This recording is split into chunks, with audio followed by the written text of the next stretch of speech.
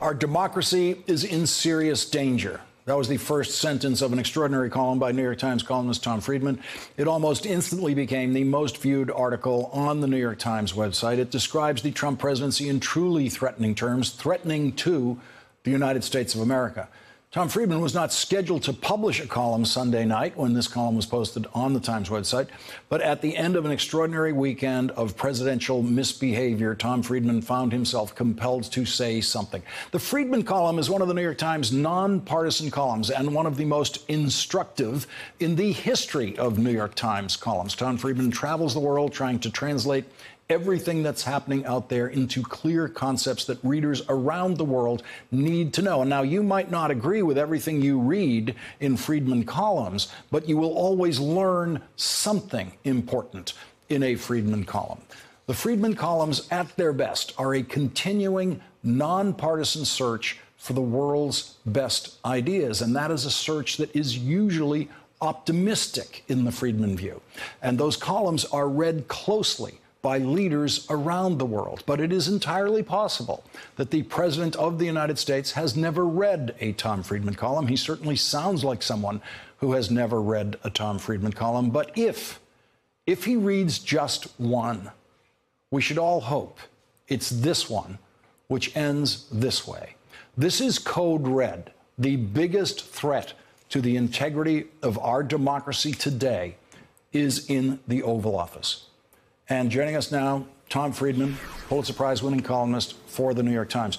Tom, thank you very much for joining us tonight. I really appreciate it. And, you know, my internal Friedman clock told me when I saw this column, this is out of sequence.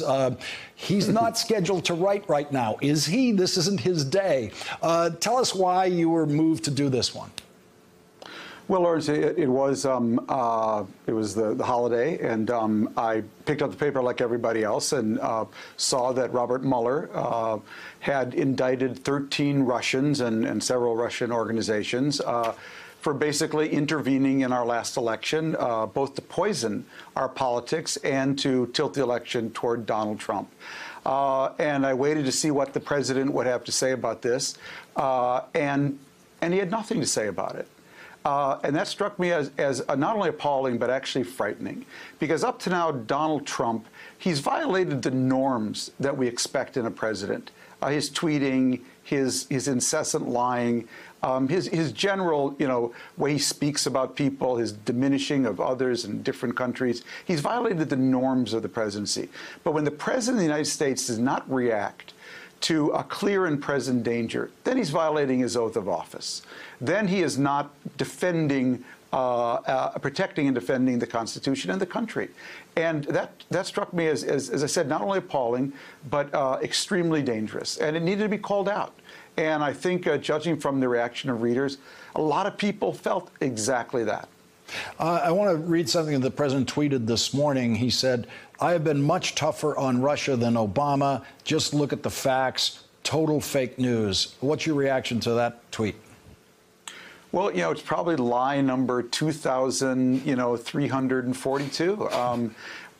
The fact is that the Congress has imposed sanctions that he has not imposed. What would it look like? I think, Lawrence, we have to step back and say, what would a real president do in this situation? He'd do three things. Now, let's remember, this came after a week of our three leading intelligence agencies, the head of the FBI, CIA, and NSA, all testifying to Congress that not only did Russia intervene in our election, they were still doing it, and they plan to continue to do it in the next round of elections. And when asked, the FBI director, what had the president instructed him to do, therefore, he said nothing. So what would it actually look like if we had a real president, not someone who's running the Trump organization and seems to moonlight as president of the United States?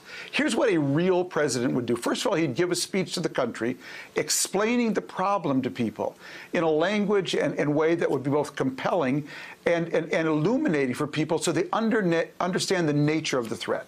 Secondly, he would call together all the stakeholders, state and local election authorities, all the social networks, all the people who run our federal elections, leaders of the two parties, and basically lay out a plan of defense for how we're going to prevent this intervention in the future. And the third thing he would do would call in his national security team and lay out an offense. Why are we sitting here every day reading about Russian intervention in our election? How Putin is basically using lies to divide us and poison our democracy. Why are we not selling the truth about him, all the money he's stolen, all the people he's basically made disappear from Russian politics? Why are we not using the truth to undermine his autocracy while he is using lies and poison to undermine our democracy? That's what a real president would look like. Donald Trump did none of these, and it is appalling. He should be ashamed of himself. Tom, I always look to Friedman columns for something that is hard for me to find in my own view of things, and that is at least a glimmer of optimism. I'm very bad at finding that when I look at things, and this is the Friedman column, I would say, where I can't find the optimism. I don't think it's in this column, but do you see something here for which we should be optimistic or can hope to be optimistic? No, I don't, Lawrence, because many readers pointed this out, and it was, for me, just a space issue. Why am I the one raising this? Why are you the one raising this? Where's the Republican Party? Where is his own party, which claimed to, for so many years, be the daddy party, the national security party, the adults in the room, that not a one of them has come out, none of their leadership, and basically called the president out on this. That's disgusting, and it's deeply troubling. I wish I could find a glimmer of hope in this. You know, an Israeli general once said to me, "Tom, we know why you're an optimist. It's because you're short." I said, "What do you mean I'm short?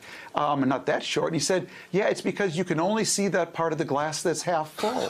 Well, that's usually the case, Lawrence, but this time I cannot see any of the glass half full. We have a president who is either compromised by Russia or is such a towering fool, he actually believes what he told us he believes, that he asked Vladimir Putin if he did this, and Putin told him no, and he believes him. That is the president who said he's done more than Barack Obama? Tom Friedman, thank you very much for joining us to expand on your extraordinary column at this extraordinary point in our history. Can't thank you enough. Thank you, Tom. Thank you, Lawrence. Hey there, I'm Chris Hayes from MSNBC. Thanks for watching MSNBC on YouTube. If you want to keep up to date with the videos we're putting out, you can click subscribe just below me or click over on this list to see lots of other great videos.